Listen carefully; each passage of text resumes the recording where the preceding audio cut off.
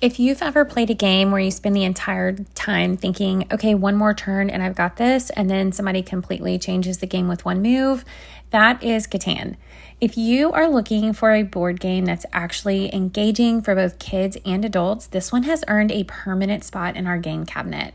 It's one of those games where adults don't feel like they're just playing because the kids want to. Everyone is genuinely invested. The goal is to build roads, settlements, and cities while collecting resources of wood, brick, wheat, sheep, and ore.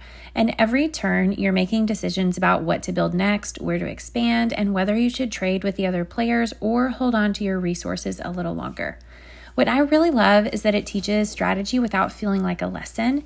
Kids naturally start thinking ahead, they plan for future turns, and learning that sometimes you have to sacrifice a short-term gain for a better long-term move.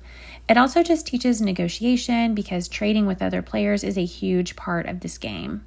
Now, I will say it's not a fast-paced game. It does take patience, and sometimes you'll have a few turns where you don't get the resources you need, or someone may block the exact spot where you were hoping to build. But honestly, that's what makes finally pulling off your strategy feel so rewarding. Another thing that I appreciate is the board changes every time you play. The resource tiles are set up differently for each game, so it never feels repetitive. You're always having to come up with a new strategy based on the layout in front of you.